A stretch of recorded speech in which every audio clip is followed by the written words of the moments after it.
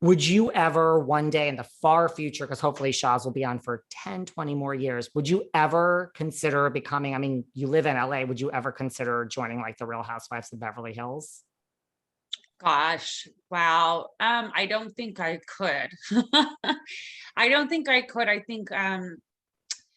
I think even though I grew up in Palos Verdes, I think I grew up socially on a different side of tracks from those women. And I don't think that I would fit into that group of women. Even if I were as wealthy as those women were, I just don't think mentally I can mesh with the Housewives of Beverly Hills. But I love watching them because I'm nothing like them. I live vicariously through them. You know what I mean? Kathy Hilton is like the gift from above, Where, right? why was she being hidden all these years? Why? Why?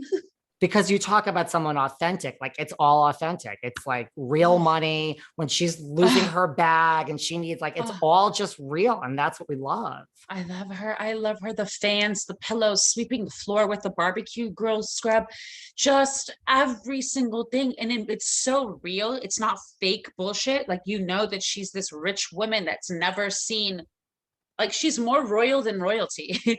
Yeah. And she makes it look so easy. Oh my God, I love her. She's like, of course you don't do it that way. I'm like, I would be a mess in Kathy Hilton's. I'd be like, you'd have so many issues with how I walk into this room and exit. Like it'd be a disaster. What do you think about the whole Erica Jane thing that's playing out before our eyes? I think it's unfortunate. I think it's very unfortunate. I don't know her personally, and it's easy to make judgments from sitting back and reading things or what's been edited on the show. We don't know everything that happens because it's so much filming and only a small amount that gets to be shown. And I don't know what's real. I don't know what's not real. I haven't ever read into the legal situation. My perception is that she's full of shit. I think that's a lot of people's perception. Right. Yeah. I think it's its own show. I think it's its own show. Talk to us about Wusa. How did you start this? I mean, I know you love cannabis and like I we've talked do. about that. So I mean, that's a they say do what you love, right? So how did you decide? How did this company come about? Tell me all of this. Now, they also say that the dealer's never supposed to do their own supply. You're never supposed to get high on your own. Right, like just eat into um, the profits, Gigi. um, well, it started with my autoimmune disease and my mom pushing me into it, telling me that THC, CBD combined have a very, very high level of anti-inflammatories.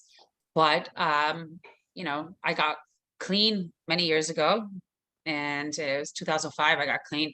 So for me, weed was, even though it was legalized medically at that time, it was still affiliated with my past. So it was like it was weed and coke back the day for me. So I was like, no, I don't think so, mom. I'm not ready for that. And I think my body was just getting so depleted from all the medications over the years, and they only work for a certain amount of years, and your immune system builds up to it, and then you can't. And I had been through every class of it. I've had surgeries, so much steroids. I was just miserable. And one time she, suggested it again, and I just said, okay, let's do it. And she took me to a specific doctor, not one of those bullshit weed doctors, but a real doctor, Dr. Alan Frankel, he's a fucking amazing man. And we sat there and we talked and talked, and he taught me about the medical side of cannabis.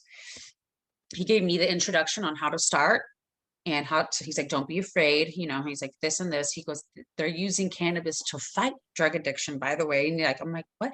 Because I went to LMU to study, addiction treatment. So I'm like, Yeah. yeah, I'm like, this is new, science for me. And I'm like, okay. So I started it.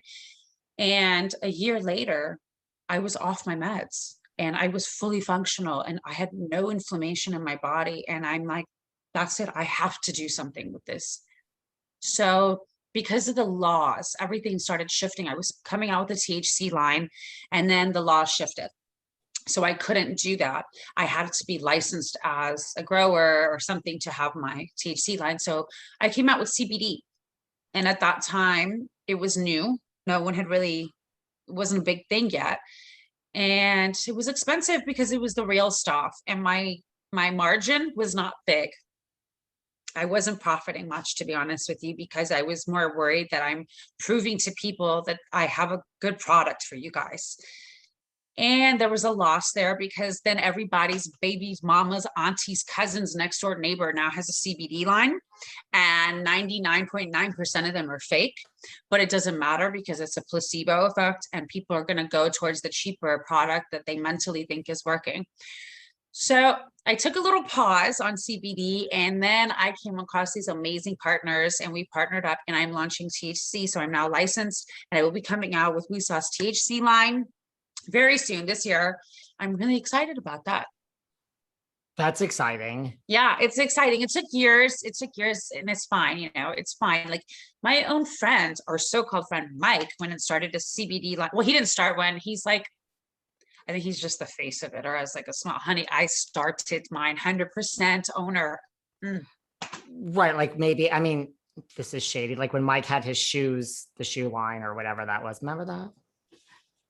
Remember Mike had shoes? That didn't go anywhere. That didn't go anywhere.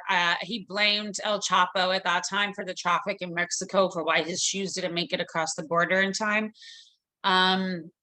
I really don't know what happened with that. He had a lot of nerve to talk about Destiny's company at the reunion, considering that, you know, there was not much that he was successful at. But now he's making a building.